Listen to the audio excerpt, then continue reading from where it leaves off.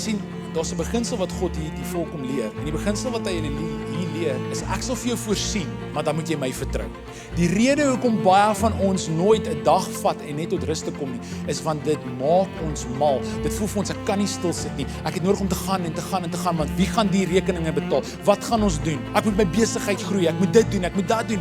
Maar weet jy wat gebeur as jy 'n hele 24 uur kom tot rus en jy sê, Here, vandag vertrou ek U om te voorsien.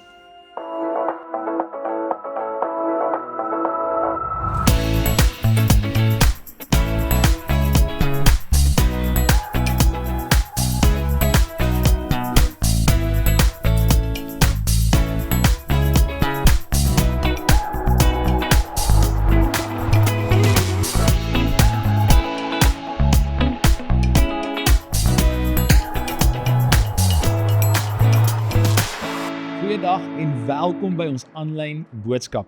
Dis vir ons so awesome dat jy inskakel en saam met ons groei en ek wil net vir jou sê, as jy ver, vir ons is jy naby. Jy's nie net 'n persoon op 'n skerm nie, jy is werklik deel van ons gemeente.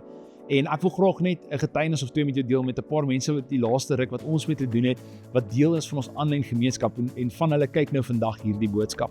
Ek het die voorreg gehad om 'n boodskap te kry van iemand wat in Witbank sit en hulle kind wil toewy en al die pad van Witbank af Klerksdorp toe gery het om hulle seentjie te kan kom toewy en hulle is deel van ons aanlyn gemeenskap. So as dit iets is wat jy in jou hart het, asseblief reik na ons toe uit. Dit sal vir ons so groot voorreg wees om dit saam met jou te kan doen. Maar saam met dit het ek die voorreg gehad om hierdie naweek wat verby is by 'n koffie expo in Johannesburg te wees. En terwyl ek besig was om koffie te maak, dit is my hobby en ek was besig om koffie te maak vir mense en die mense agter die skerms, agter die koffiemasjien sê, dis ons pastoor hierdie. En ek kyk op en ek ken hierdie mense van geen kant af nie en hulle stel hulle self toe aan my voor en sê, hoorie so, jy ken ons nie, maar ons kyk elke liewe Sondag hier uit Johannesburg uit, kyk ons julle preke en ons is deel van die aanlyn familie. En so dis vir my ongelooflik om te sien die impak wat ons aanlyn dienste het in Johannesburg, 50 km aan die kant Botawil met mense wat 'n rivierhuis daar het en 'n rivierbesigheid het vir visvang.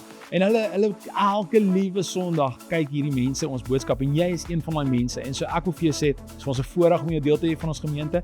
En as enigiets is wat jy gebed voor nodig het of enigiets wat jy meer van wil weet, stuur vir ons 'n boodskap en ons sal na jou toe terugkom, want jy is vir ons belangrik. En dan saam met dit, ons wil graag hê jy moet die preek saam met ons volg. So in die beskrywing van hierdie video kan jy op YouTube gaan klik en daar sal die link wees wat jy kan klik wat jou vat na 'n plek toe wat jy vandag se notas saam met ons kan volg en dan groei jy saam met ons. Dankie dat jy deel is en geniet die preek. Ons is besig. Colin het laasweek hierdie reeks vir ons afgeskop vir 3 weke. Laasweek was week 1, hierdie week is week 2 en dan gaan ons volgende week afsluit wat ons bietjie gaan gesels oor die gedagte van rus. En Colin het laasweek met ons gepraat oor dat rus is 'n God idee en het uit Jesus se lewe uit vir ons gewys dat Jesus het gaan rus. En ek wil die volgende stelling maak, as Jesus gerus het, beloof ek jou het ek en jy rus nodig. Enigiemand, amen. Okay. So ons het rus nodig en ons het laasweek die fondasie daarvoor gelê, maar ek wil nou vandag dit bietjie 'n stap verder vat en met jou praat oor hierdie gedagte van Sabbat. Nou, ons gaan hierdie week en volgende week tyd aan spandeer want dit is 'n groot idee wat ons vir volgende week baie prakties wees. Hoe doen jy hierdie regtig prakties in jou lewe? So ek vir jou vra om volgende week nie die oggenddiens te mis nie, om seker te maak dat jy volgende week hier is.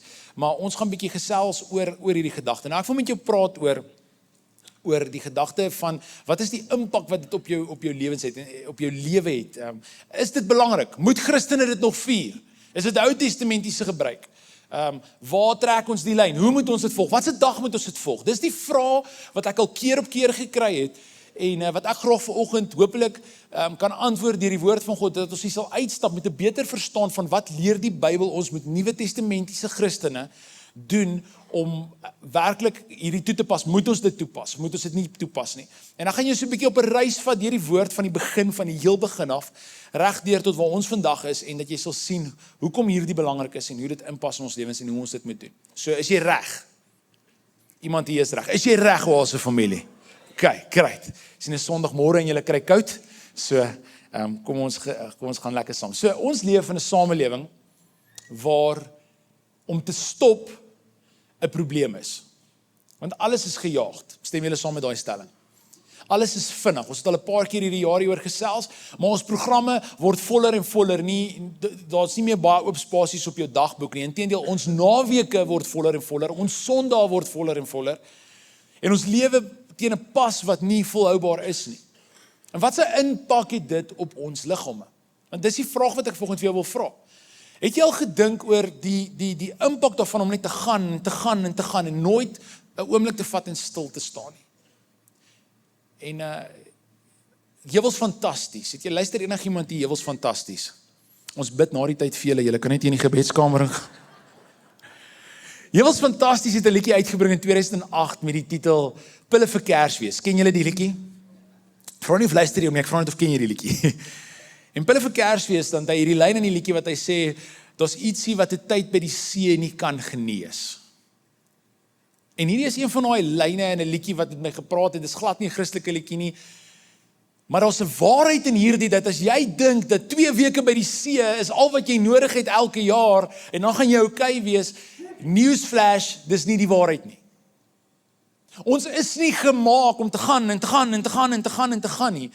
Inteendeel, jy kan gaan kyk, ons leef eintlik veronderstel in die gemaklikste, gerieflikste tyd wat ons ooit in die samelewing moet leef, en eintlik wat die navorsing ons moet wys, en wat ons siele vir ons moet wys, is dat ons is eintlik rustiger, want alles is gemakliker. Maar die teenoorgestelde wys die navorsing ons. Het julle geweet, dat daar's tans 'n wêreldwye studie wat aan die gang is, van 2002 af, wat nou deurgegaan het, en COVID het dit 'n baie interessante draai gevat, en nog erger geword, waar mense van die huis af werk. Ek sal nou ietsie oor dit sê. En tot en met 2023, wat hulle agtergekom het, dat hulle kan sekere harttoestande, en sekere siektes, kan hulle terugskryf aan mense wat nooit rus nie. Dit was vir my soos 'n wow. Ek het in 'n huis groot geword, my ma is iemand wat nooit gerus het nie. Ek kan hier vandag vir julle sê, my ma was iemand, as gevolg van haar werk, is sy altyd op bystand, en sy is 'n pluggie. Enige van julle ook so, sukkel om jou foon af te sit. En ek het dit by haar geërf, so erg so dat my vrou vir my sê, my man, asseblief, los net jou foon, jy hoef nie altyd daar te wees vir almal nie. Dis hoe ek voel, ek ag my werk verskriklik belangrik, ek ag my werk meer as net iets wat ek doen, ek ag dit as 'n roeping, en omdat ek dit ag as 'n roeping, is ek ook besig om te gaan en te gaan en te gaan en te gaan, en eendag toe sê een van my mentors vir my, hy sê vir my, Marius, jy is tans soos Usain Bolt, en ek sê, dis 'n great compliment, ek het nie gedink, hy sien my so nie, jy weet, en toe sê vir my, maar Marius, die bediening is nie 'n 100 meter sprint nie, dis 'n Le Mans. Ek weet nie of jy enigiets weet van die Le Mans nie, maar die Le Mans is 'n 24 uur resies, waar jy konstant om 'n loopbaan, om 'n resiesbaan gaan, en jy gaan, en jy gaan, en jy gaan, en nou en dan moet jy stop om vol te maak, en dan gaan, en dan gaan, en dan gaan, en dan stop jy om vol te maak. Hy sê vir my, dis hoe die lewe veronderstel is om te wees. En jong man, ek waardeer jou toewyding, en ek waardeer die feit dat jy wil gaan, maar jy moet nou en dan stop, anders te gaan jy uitbrand. En so ons kyk na ons samelewing, en angstigheid is op 'n nuwe vlak. Siekte as gevolg van oorwerkdheid is besig om 'n ding te word. Hartaanvalle, want wat gebeur is wanneer jy nie tot rus te kom nie, dan stres jy meer, en as jy meer stres het, dit het 'n direkte invloed op jou hart. Dit het 'n direkte invloed op jou bloeddruk. En so wat gebeur is, jou hele liggaam word geaffekteer deur die spoed waarteen jy jou lewe leef. En jy gaan ook in 'n kort tyd baie bereik. Maar ek wil volgens vir die vraag vra, as jy nooit tot rus te kom nie, wat is die langtermyn impak daarvan op jou lewe? Maar ek weet nie volgens vra my opinie hieroor te vat nie. Ek wil na die woord toe gaan en vir jou wys hoe God dit aan mekaar gesit en wat sê God hieroor. So kom ons gaan na die begin van die skepping toe. Ons lees in Genesis 2 vers 2 tot 3 die volgende. Op die 7de dag was God klaar met alles wat hy gemaak het, en hy het op die 7de dag na al sy werk gerus. God, die skepper van die heelal, kies een dag om niks te doen nie. Dis wat daai woord gerus beteken het. Dit sê, God het ook die 7de dag geseën. Nou kan ek jou vra, as jy jou Bybel voor jou oop het, dalk volg jy saam met ons op die YouVersion Bible app, ek nooi jou uit om dit te doen, dis 'n wonderlike plek waar jy al die notas vir vanoggend gaan kry. Maar daai woord geseën, as jy jou fisiese Bybel hier by jou het, onderstreep daai woord, want dis belangrik. God het die dag geseën, en hy het bepaal dat dit afgesonder moet word. Nou ek lees volgens vir jou die Nuwe Lewende Vertaling. Nou daai woord daar afgesonder in die ou vertaling is die woord heilig. So as jy die 33, 53, die 2020 vertaling of selfs die 83 vertaling volgend lees, dan sal jy sien, daar staan, hy het die dag geheilig. Nou, geheilig is afgesonder, maar ek sal nou 'n bietjie meer oor dit sê, maar dis die tweede woord wat ek wil vra om te onderstreep. So God het daai dag geseën, die Sabbatdag geseën, en hy het dit geheilig, hy het dit afgesonder. En hy het gesê, hoor gesê, hy het bepaal dat dit afgesonder moet word van die ander dae, omdat hy op daardie dag gerus het, nadat hy sy skepingswerk gedoen het. So hier kom God en God begin en hy leer ons 'n ritme. Nou weet jy wat 'n ritme is? Kom ek wys vanoggend vir jou wat is 'n ritme en wat is 'n ritme nie.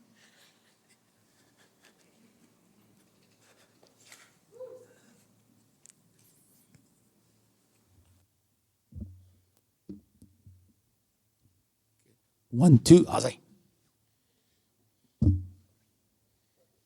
Die pressure is aan, boys. Okay.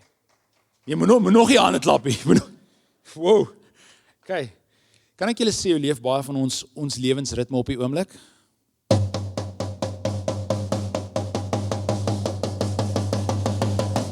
Hoe lank dink jy sal ek kan gaan om dit te doen? Ek kan nie. My arm raak moeg. Maar wat as ek my lewensritme net 'n klein bietjie anders leef en ek leef hom so?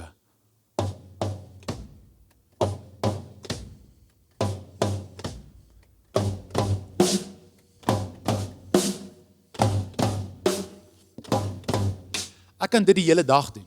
Jy sien, hierdie is 'n ritme. Hierdie is nie 'n ritme nie, hierdie is net geraas.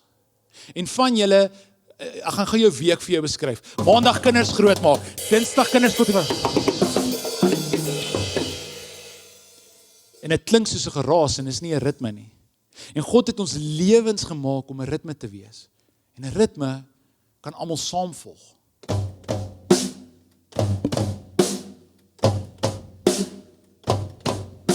Jy sien, ek deel hierdie vanoggend vir jou, want ek glo ons moet prakties vra die vraag vanoggend, hoe lyk die ritme van my en jou lewe?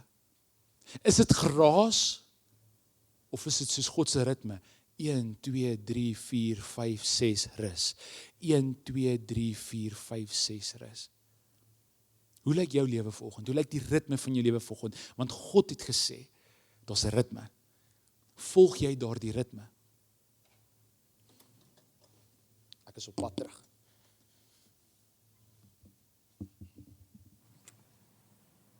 Okay. Wie van julle kan vir my sê wat se liedjie het ek gespeel? Ons bid na die tyd vir julle. Enigste rede hoekom ek weet om my liedjie te speel, want Gideon het dromlesse gevat, want ons het nie 'n drummer by die kerk nie, so wat sê hulle? Leer die pastoor se kinders om dromme te speel. Okay, so. Maar God kom en hy gee vir ons hierdie ritme. 1, 2, 3, 4, 5, 6, rus. Maar hy kom en hy gee hierdie en hy sê, daar's 2 redes hoekom, die Genesis 2 en 3 verduidelik ons, daar's 2 redes hoekom God hierdie dag gegee. Die eerste ene is want God het dit geseën. Nou die woord seën daar is blessing. Makarios het beteken, is die Hebreëse woord makarios het beteken in oorvloed. Dis goed vir jou. Dis wat jy wil hê. Dis hoekom wat ons vanoggend vir elke gedoen het. Dit wat ons net vir Gert gedoen het. Ons het hulle geseën. Ons spreek lewe oor dit. God sê ek gee hierdie dag vir jou as 'n geskenk. Dit is om jou te seën. Dit is om jou te bless. Met ander woorde, dis goed vir jou. Maar die tweede ding wat hy sê het hierdie dag geheilig. Nou as jy enigiets weet van heilig die mooiste beskrywing wat ek vir jou kan gee in Engels beteken to be set apart. Om eenkant gesit te wees. Inteendeel, hulle beskryf dit so in spesifiek in hierdie gedeelte as jy na die teoloog gaan luister, dan sê hulle dit was een wat afgesonder is van die ander. Jy sien, God kom en hy sê hierso, hy skep 6 dae lank en hy gee een dag waar jy geseën kan word. As jy die woord Sabbat hoor jy blessing, hoor jy seën, of hoor jy wet, want dit is die volgende ding wat ons dit sien. So ons gaan van God, en nou net, ek wil net gou die volgende stelling maak, hierdie was ingestel voordat sonde in die wêreld ingekom het. Jy sien, ons sekere mense wat argumenteer dat ons hoef nie meer 'n Sabbatdag te hou, as gevolg van die feit dat ons rus nou in Christus, en ek gaan nou iets oor dit sê, maar ek wil hê jy moet, dit is my baie belangrik, dat jy die volgende sal verstaan, God het hierdie ingestel nog voordat sonde in die wêreld ingekom het. Dis 'n Godritme voor sonde. En kyk nou wat gebeur volgende, so hier kom Adam en Eva aan, hulle maak droog en sonde kom in die wêreld En as gevolg van sonde wat in die wêreld inkom, nou kom God en negeer dit as 'n wet. Kom sê, ek het vir julle gesê om dit te doen, nou moet julle dit regtig doen. Hy kom maak dit as deel van die 10 gebooie, dis die 4de gebod. Kom God en negeer dit. Hy sê die volgende hierso. Hy sê hierso in Eksodus 16 vers 25 tot 30. Nee. Dis in Eksodus 31 en dan kom hy en hy gee die 10 gebooie. En ons sien dit in Deuteronomium, dan kom hy en hy gee dit as 'n wet vir hulle. Hy kom sê vir hulle, hoor jy, die sonde het nou in die wêreld ingekom. Hierso Eksodus 31 vers 13. Spreek jy met die kinders van Israel en sê, julle moet sekerlik my sabbate onderhou. Nou daai woord sabbat daar is die rusdag, het verwys na hierdie dag wat God voor die sondeval ingestel het, want dit is 'n teken tussen my en julle geslagte, sodat die mense kan weet dat ek die Here is en julle is heilig. En daar sê hy dit weer vir hulle. God kom sê vir die volk, hy sê so, julle moet hierdie dag heilig. Julle moet hierdie dag vir julle kinders van leer. Want dit is belangrik en dit gaan verander, kommunikeer wie julle is. Maar nou, wat gebeur hierso, is die volk van Israel het die 10 gebooie gekry, en die 4de gebod is, jy moet die Sabbat onderhou. Okay? Nou vat hulle hierdie, en hulle gaan in die woestyn in. En nou wat gebeur hierso, is God gee vir hulle opdragte, en hy sê vir hulle, en dis wat ek nou vir julle wil lees, so hy sê vir hulle, hierso is wat ek wil hê julle moet doen. So die eerste ding wat ons sien is dat God gee Sabbat as 'n ritme van skepping. Werk, rus. 6-1, okay? Nou voordat ek aangaan na hierdie gedeelte toe wat gebeur in Eksodus. Het julle geweet, want hoe my brein werk is, okay, miskien was dit van hulle op toepassing en nie op ons van toepassing nie. Nou begin ek daaroor dink, en ek begin dink, okay, wonder wat wys die navorsing ons? En jy kan hierdie navorsing self vanmiddag gaan doen, om te gaan kyk of dit wat ek nou vir jou vertel die waarheid is, maar ek nooi jou uit om hierdie te gaan Google, of te chat, soos party mense dit sê. En jy gaan Google blue zones, blou zones. Blou zones is areas in ons wêreld, waar mense konstant en gereeld oor die ouderdom van 100 kom. Hulle word oud, hierdie mense word oor die ouderdom van 100. En hulle gaan kyk toe, wat maak dat hierdie mense so lank leef, want dit is bonatuurlik, dis buite normaal, die res van die wêreld is nie so nie, maar daar's hierdie plekke in die wêreld wat hulle blou zones noem, waar by daai spesifieke plekke vir een of ander rede word die mense so oud. En hulle gaan kyk na hierdie mense se lewensritmes. Hulle gaan vra hulle klomp vrae, wat eet hulle? Was so 'n soort van 'n korrelasie van hulle het net vleis geëet, prys die Here vir vleis. Dit was nie net die vegetarians nie, hoor. En van hulle het net vleis geëet en dit het 'n effek gehad, van hulle was die klimaat. Maar weet jy wat is een van die goed wat hulle agtergekom het, wat meeste van hierdie mense in gemeen gehad het, is rus. En inteendeel, en hierdie is fascinerend, is daar's klomp plekke, wat hulle agtergekom het, blou zones is, waar die 7de-dagse Adventiste woon. Nou as jy enigiets weet van die 7de-dagse Adventiste, die 7de-dagse Adventiste is verskriklik doelgerig oor hulle Sabbat, hulle rus. En hulle is soos weties oor die rus. Nou ek sê nie volgende jy moet dit doen nie. Jy gaan nou sê hoekom ek so sê. Maar hulle kom soos tot 'n heeltemal 'n stilstand. En daai mense wat 'n ritme het van rus, leef langer as die wat nie het nie. So wil jy jou kleinkinders sien groot word, wil jy jou agterkleinkinders sien groot word, ek kan nie jou beloof jy gaan dit sien nie, maar die kans dat jy dit gaan sien, vermeerder as jy in 'n ritme van rus leef. 6 dae werk, 1 dag ordentlik rus. As ons nou verder praat oor die ritme, hulle het verder agtergekom dat dit moet 'n 24 uur rus wees.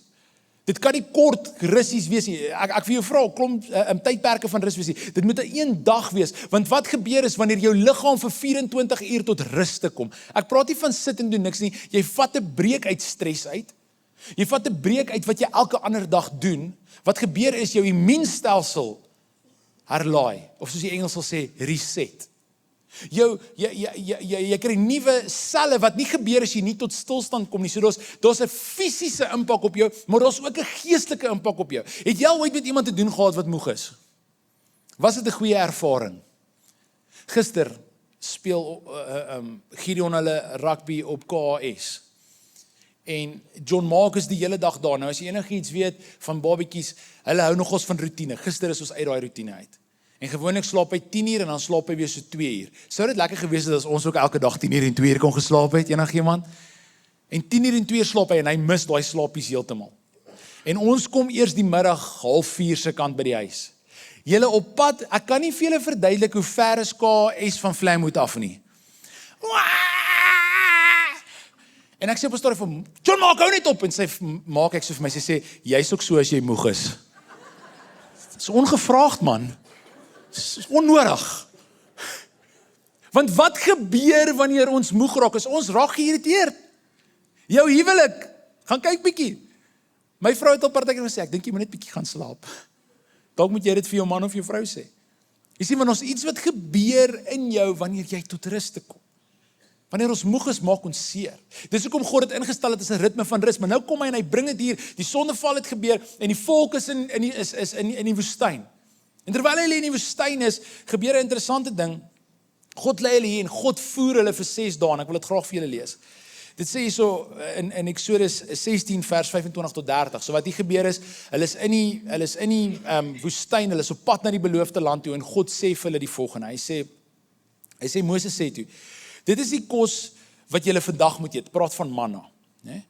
Vandag is die Here se Sabbat. Julle sal nie verder iets op die grond kry nie. So vir 6 dae lank, hoor nou mooi.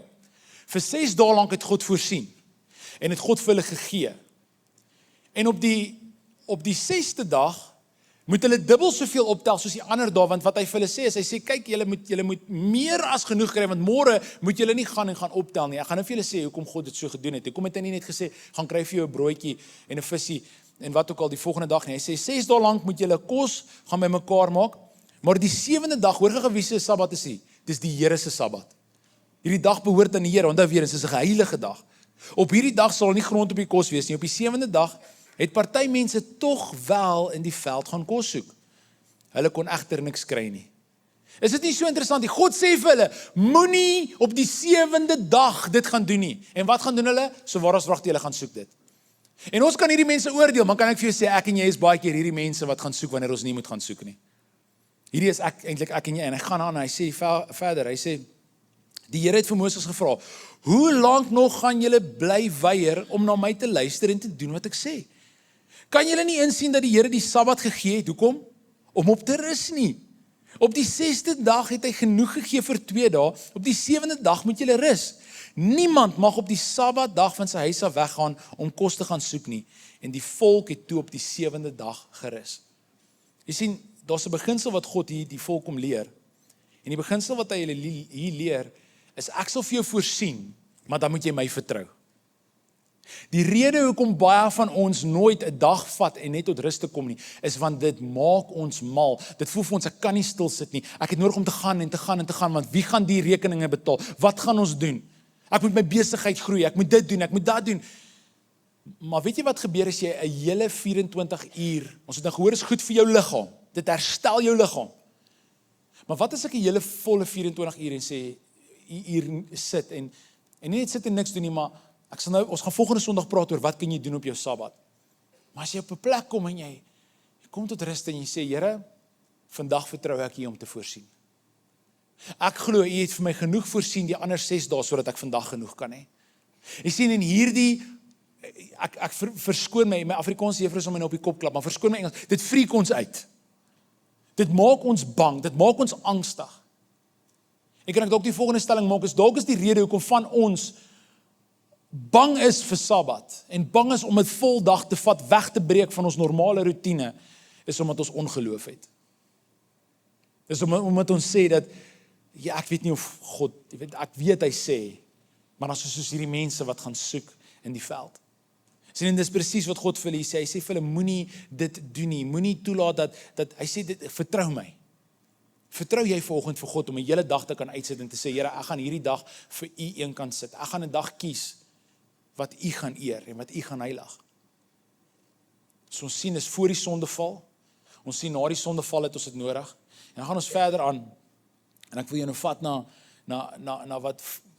wat hierdie impak op Israel gehad het rondom die nasies rondom hulle. So Israel kom en hulle vat 'n dag van rus. En hoor wat God sê vir hulle. Hy sê so vir hulle, dis 'n belangrike dag. Eksodus 20 vers 8. Hy sê, gedenk die Sabbatdag dat jy dit heilig. Aan die ander woorde, dis belangrik dat julle dit moet doen.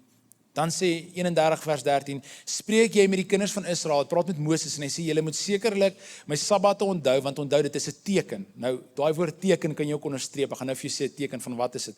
'n Teken tussen my en julle in alle geslagte. Jesus staan julle geslagte, maar as jy hierdie in die Hebreëus lees, praat dit van alle geslagte, sal dit 'n voorbeeld wees, sodat die mense kan weet dat ek is die Here wat julle heilig.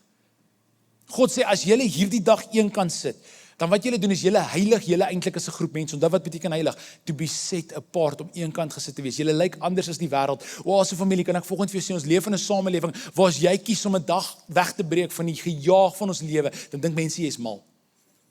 Maar God sê so, wys vir mense, jy is anders as hulle. En dan hoor hierso, dit is my belangrik dat jy nou sal lees wat sê Deuteronomium 5 vers 15. So kom ons praat net vinnig oor die storie van Israel. Die storie van Israel is die Israeliete is in Egipte. Josef sterf. Josef was tweede in bewind gewees van Egipte. Egipte gehelp deur 'n baie moeilike tyd, maar almal wat vir Josef geken het, sterf. En 'n nuwe farao kom in bewind. En toe hierdie nuwe farao in bewind kom, toe kyk hy na die Israeliete en hy sê die Israeliete is vir my 'n dreigement. Ek gaan hulle doodmaak en ek gaan hulle seuns doodmaak. Hulle gaan slawe word. En wat gebeur is hulle word slawe en hulle rus nooit. En Moses ontmoet vir God en God praat met hom uit die brandende bos uit en sê, Moses, lei my volk uit. Doen jouself 'n guns, as jy ooit Prince of Egypt gekyk het, ek wil dit is net 'n ongelooflike storie, net so mooi uitbeelding. En hierso kom die volk, is hier letterlik die storie van Exodus, dit is waar die Joodse volk vashou, is God het ons uit dit uitgevat. En God vat hulle in die beloofde land in. En hoor wat sê Moses in Deuteronomium 5 vers 15, hy sê, onthou dat jy vroeër slawe in Egipte was, en dat die Here jou God met groot krag en magtige dade daar uitgebring het. Dit is waarom die Here jou God jou beveel om die Sabbatdag te vier. So God sê, hoor mooi, kyk terug na wat ek gedoen het en daarom vier julle Sabbat. So nie net is dit goed vir jou om te rus nie net is dit goed vir jou, vir die mense om jou nie, en nie net vertrou jy op God nie, jy kyk terug op die Sabbat en jy onthou wat God gedoen het. Is dit nie 'n ongelooflike belofte nie? Hy kom so, hy sê, wanneer jy tot rus te kom, en kyk jy terug en jy sien wat God vir jou gedoen het. En dan ek deel hierdie met jou, want want ons volgende gegaan is Jesus en die Sabbat. Die doel van die Sabbat was om tot rus te kom, dis 'n ritme van God, dis om terug te kyk na wat God gedoen het in Egipte. En hier kom Jesus, en Jesus daag so klein bietjie die manier hoe hulle Sabbatdag hou, hy daag het uit. Die Jode het sekere reëls gehad wat, dit was belaglike reëls, soos jy mag net 'n sekere hoeveelheid, jy gaan nie jou 10,000 steps kry op 'n Sabbatdag nie, ek kan dit vir jou beloof.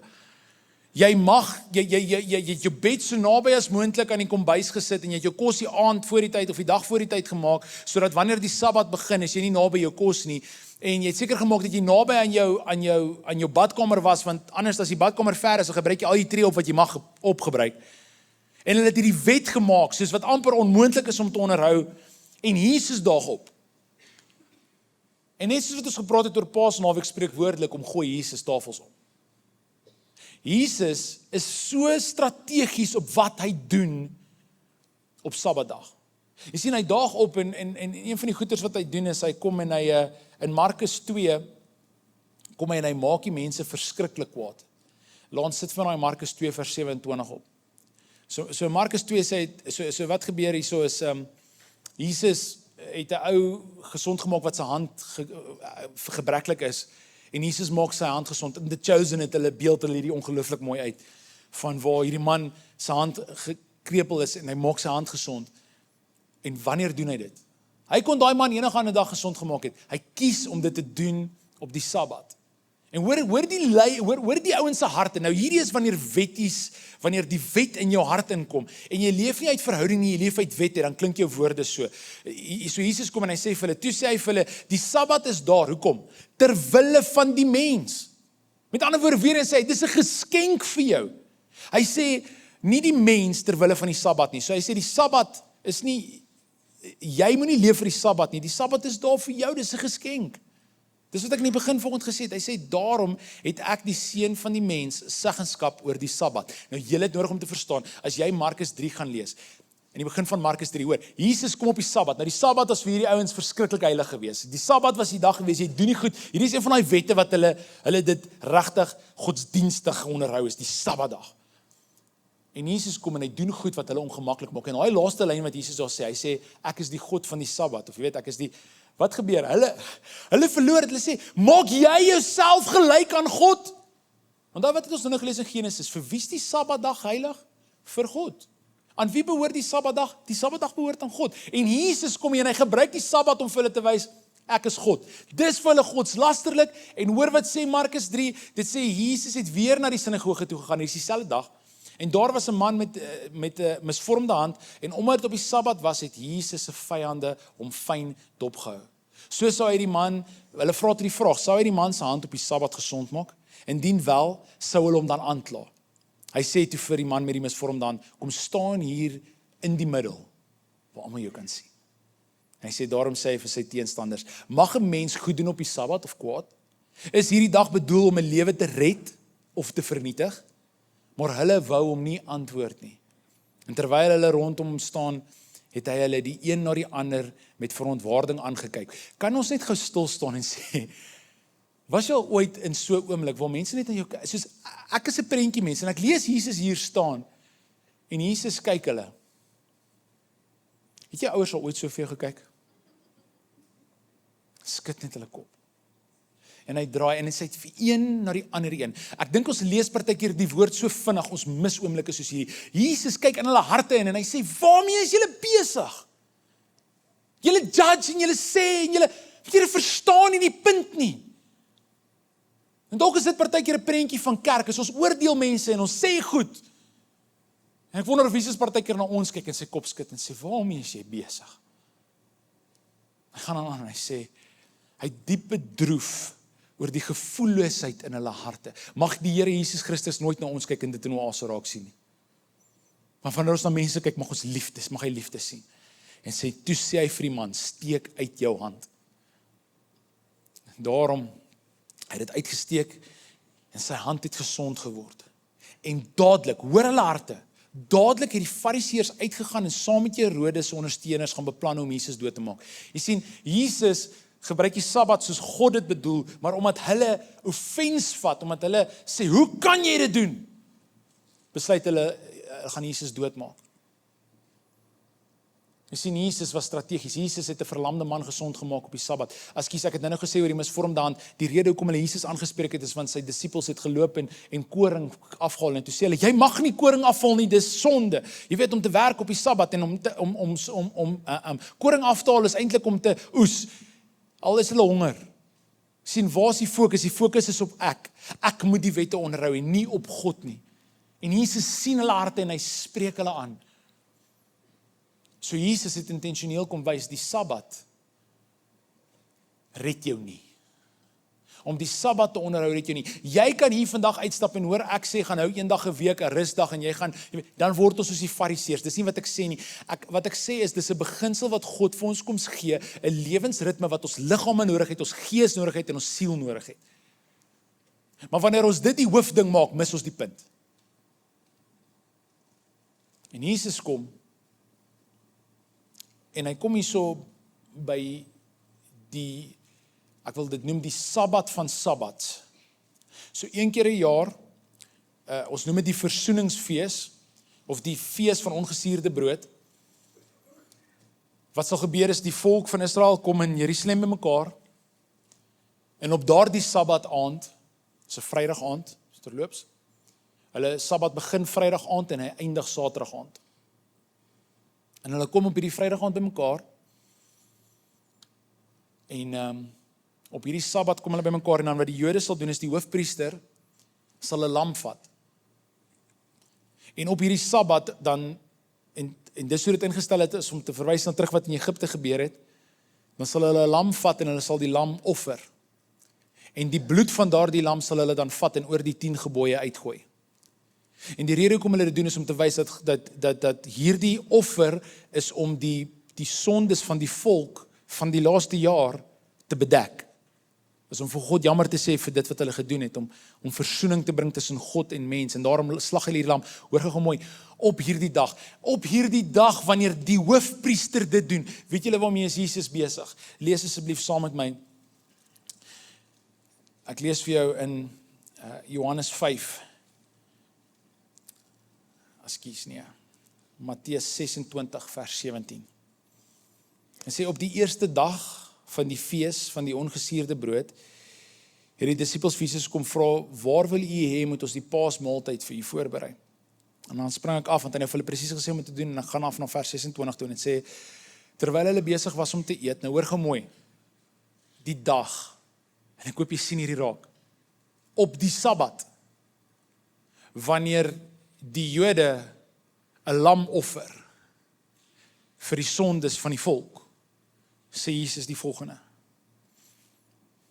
neem Jesus brood en vra God se seën daarop, toe breek hy dit in stukke en gee dit aan sy disippels met die woorde, neem en eet, dit is my liggaam. En hy het die beker geneem en God daarvoor gedank, hy het dit aan hulle gegee met die woorde, drink almal daaruit, want dit is my bloed, die lam se bloed, wat die verbond tussen God en sy volk verseël. Dit word vir baie vergiet, sodat hulle sondes vergewe kan word.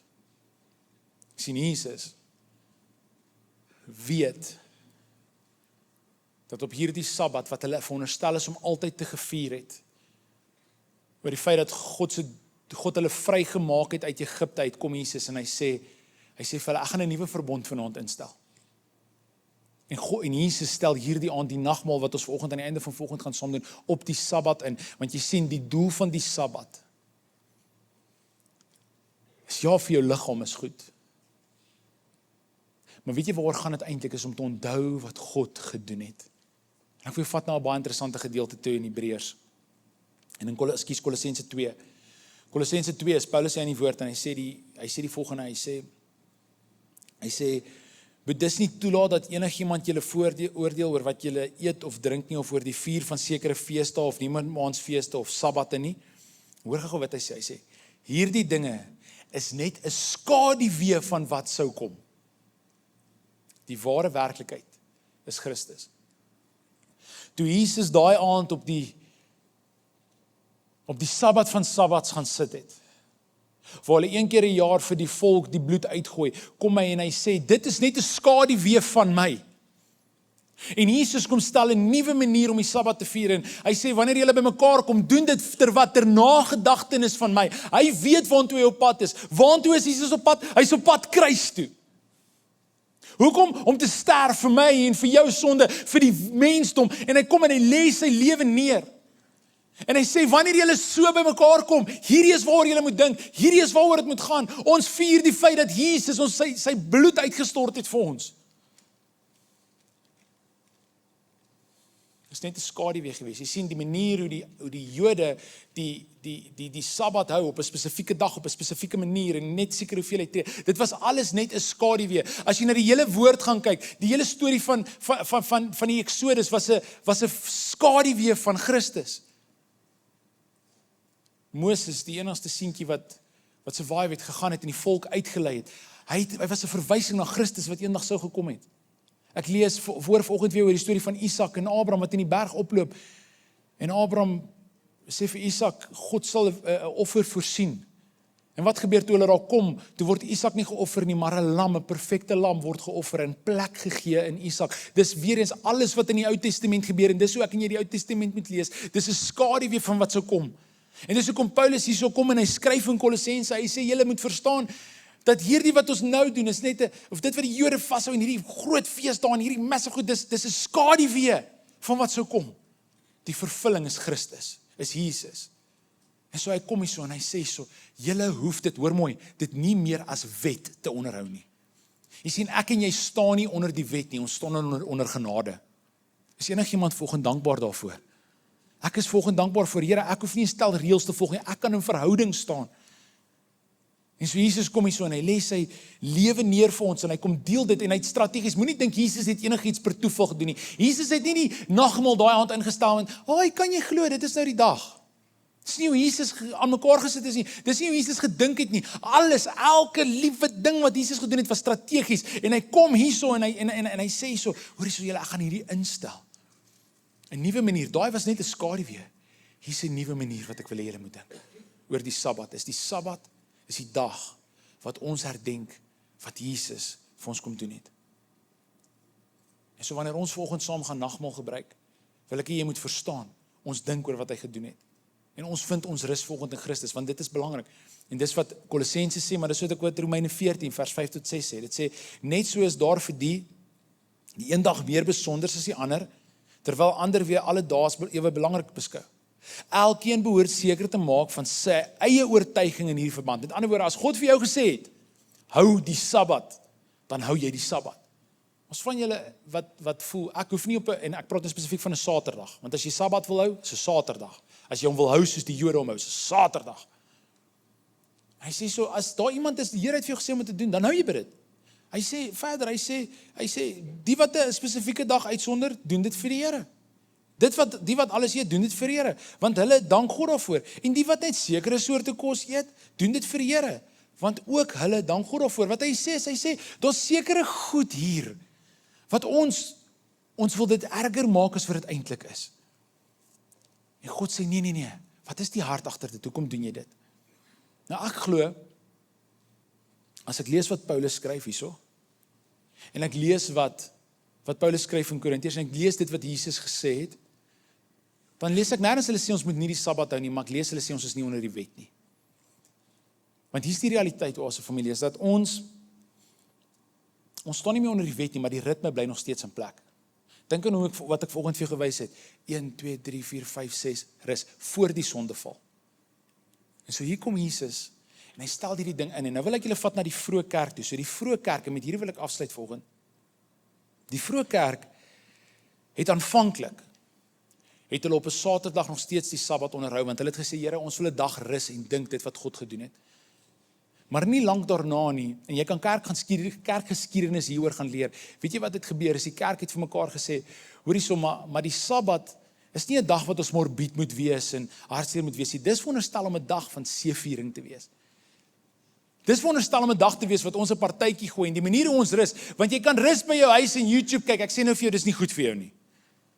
Of sit en goed op jou foon speel of series kyk. Ek dink nie dis goeie rus nie. Weet jy hoe het hulle gerus? Hulle het vir mekaar gesê, maar wat is die dag wat ons die meeste wil celebrate? 'n Sondag. En hoekom 'n Sondag? Want 'n Sondag is die dag wat die Here uit die dood uit opgestaan het. Is daar nie 'n groter belofte, die feit dat hy gesê het hy gaan opstaan? Selfs die dood kon hom nie teruggehou het nie. En so hulle sê toe vir mekaar, die vroeë kerk, hulle sê, hoor hierso, maar kom ons kom op 'n Sondag by mekaar en ons hou ons Sabbat op 'n Sondag. Ons kies nog steeds om een dag aan die Here toe te wy. Ons rus in dit wat Christus vir ons gedoen het. Ons rus in die bloed, met ander woorde, my werke red my nie, hy red my. Maar nou kan ons op 'n Sondag by mekaar kom en weet jy hoe het hulle kerk gehou? Hulle het saam geëet. Hulle het saam fees gevier. Hulle het mekaar vertel van dit wat God gedoen het. Hulle het om 'n tafel by mekaar gekom. Hulle het die woord van God gaan hoor in die tempel. Hulle het dan by mekaar gekom. En dan het hulle vir mekaar vertel, Jesus Pieter, kan jy glo die Here het my hierdie week dit en dit vir my gedoen. Susan, kan ek vir jou sê, ek weet jy sukkel met dit, maar kan ek vir jou sê, God het dit laasweek vir my gedoen. En hulle het begin vertel, en weet jy wat hulle vir mekaar gesê, hy kom iewers terug, ons is so opgewonde oor hy wat terugkom. En wanneer hy terugkom, gaan ons 'n ewigheidsrus hê. Jy sien, want ons 'n rus wat wag.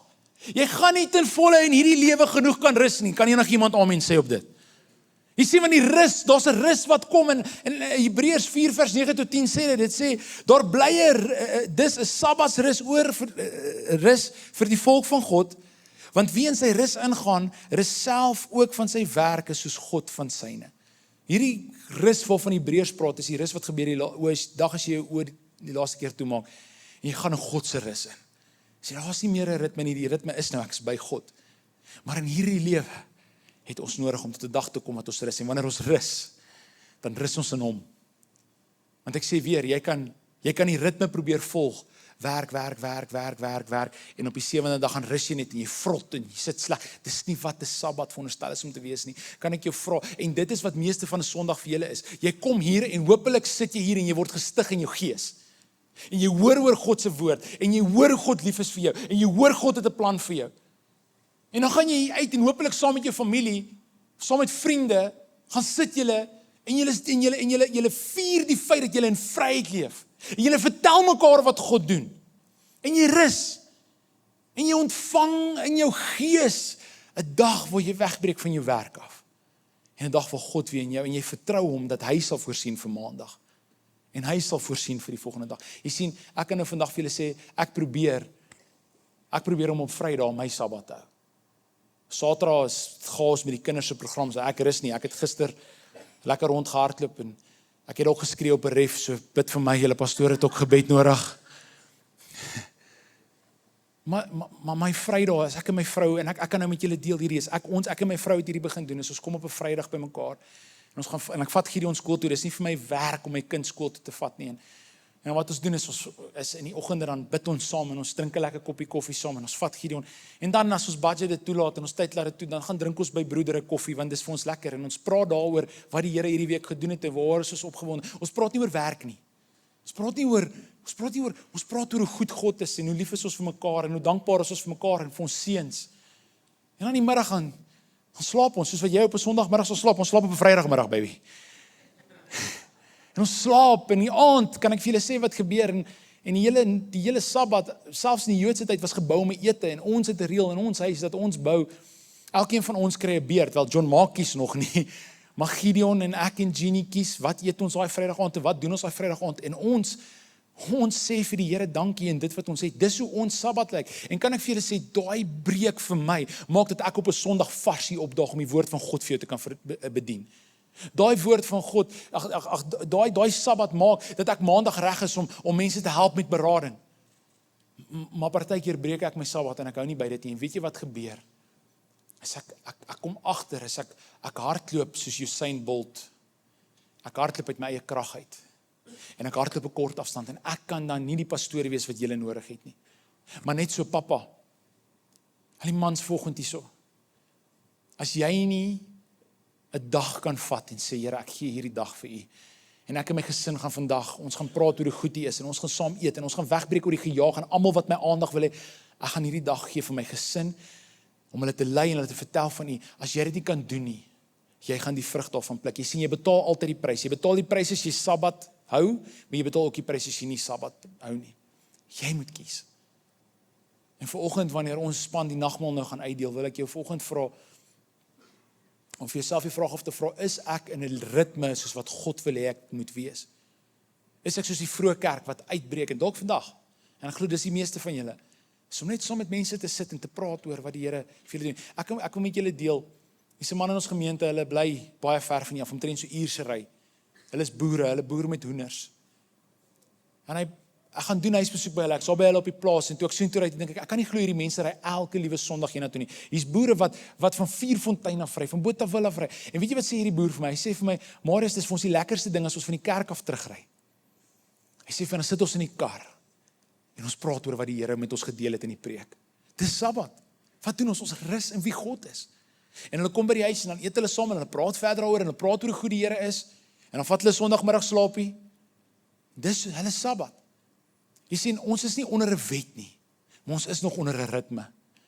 Jou gees het nodig dat jy in God sal rus. En my gebed vir elke liewe Sondag, as jy hier opdag, of dit oggenddiens of aanddiens is, wanneer jy instap by hierdie deure, dat jy rus vir jou siel sal kry. Dat jy hier sal kom en sê, wow, God is lief vir my, God het 'n plan vir my, God het 'n droom vir my, en jy rus in daai woord. Maar jy hou dit nie vir jouself nie, jy gaan deel dit met jou familie, en jy kuier saam om 'n tafel. En elke keer as jy dit doen, dan is dit soos die nagmaal wat Jesus ingestel het, wat ons nou gaan saam gebruik. Ons doen dit tot sy nagedagtenis. Want in hom vind ons rus. Nie in onsself nie, nie net in die feit dat ons rus nie, in dit wat hy gedoen het. Dit vind ons rus. So ek gaan ons span vra om vir ons nagmaal uit te deel. En daarna ek wil jou vra, hou dit vas, en ek wil vanoggend vir ons 'n gebed doen voordat ons saam gaan nagmaal gebruik. So sit bidtend, hoor wat die Here vir jou wil sê in hierdie oomblik. En dan gaan ons nou saam verder reis.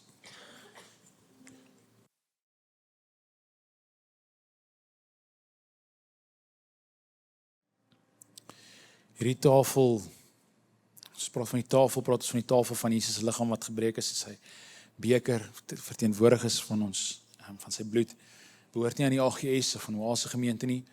Hierdie tafel is ingestel deur Jesus Christus self, toe hy gesê het, neem, hierdie is my liggaam gebreek vir julle, en hierdie is my bloed, dit bedek baie sonde. sien Jesus het hierdie ingestel, en die rede hoekom Jesus hierdie ingestel het, was sodat ons rus in hom kan vind. En vanoggend staan ons hier, jy staan hier, ek, voor 'n kruispad. Gaan ek kies om in die rus in te gaan in God? Gaan ek kies om te verstaan dat dit die ritme is hoe hy my liggaam aan mekaar gesit is? Of gaan ek kies om net te doen soos wat ek altyd wou? En ek wil graag 'n gedeelte met jou deel vanmôre uit Jesaja 30 vers 15. En sê dit so in die Nuwe Lewende Vertaling.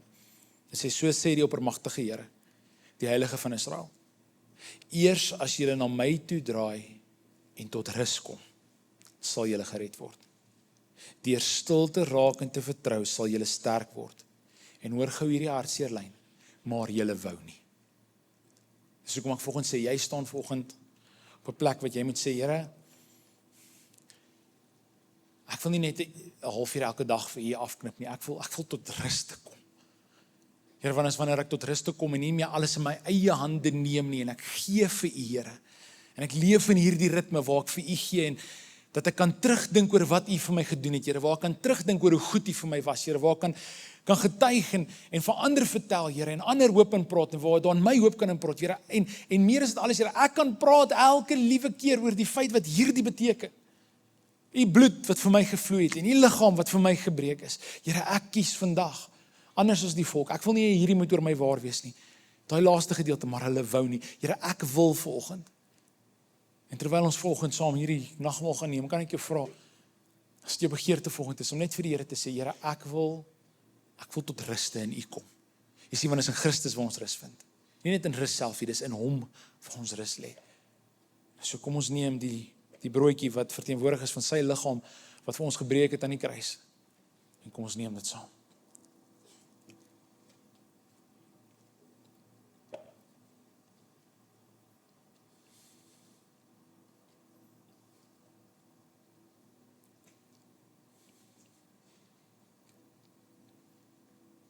Here, soos wat hierdie brood deel word van my liggaam, bid ek, Here, dat U sal deel word van my liggaam.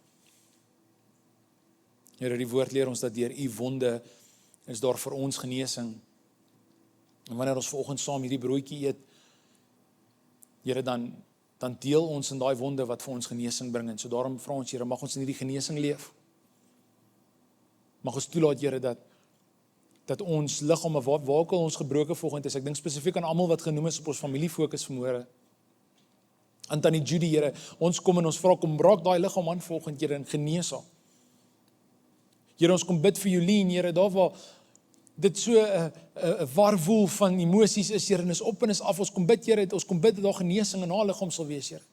Ons kom bid vir elke kankerpasiënt vanmôre, Here, dat daar genesing sal kom, Here. Ons kom bid vir hulle wat volgens gebroke harte het, Here. Ek dink spesifiek aan mense wat my deel, Here, hulle het 'n babatjie verloor, Here. Ons kom bid genesing vir dit. Ons kom bid genesing vir die mense se liggame wat sukkel om swanger te word vandag, Here. Ons kom bid vir die mense wat geliefdes in die dood afgestaan het, waar hulle in hulle gees letterlik stikkend is, Here. Ons kom bid vir genesing in dit. Mag ons in die feit rus, Here, dat ons toekoms is in U hande. Ook ons liggame se toekoms is in U hande. Maar so neem ons ook vanmôre die nagmaal elkeen saam. Ter kennis, ter nagedagtenis, Here, van U bloed.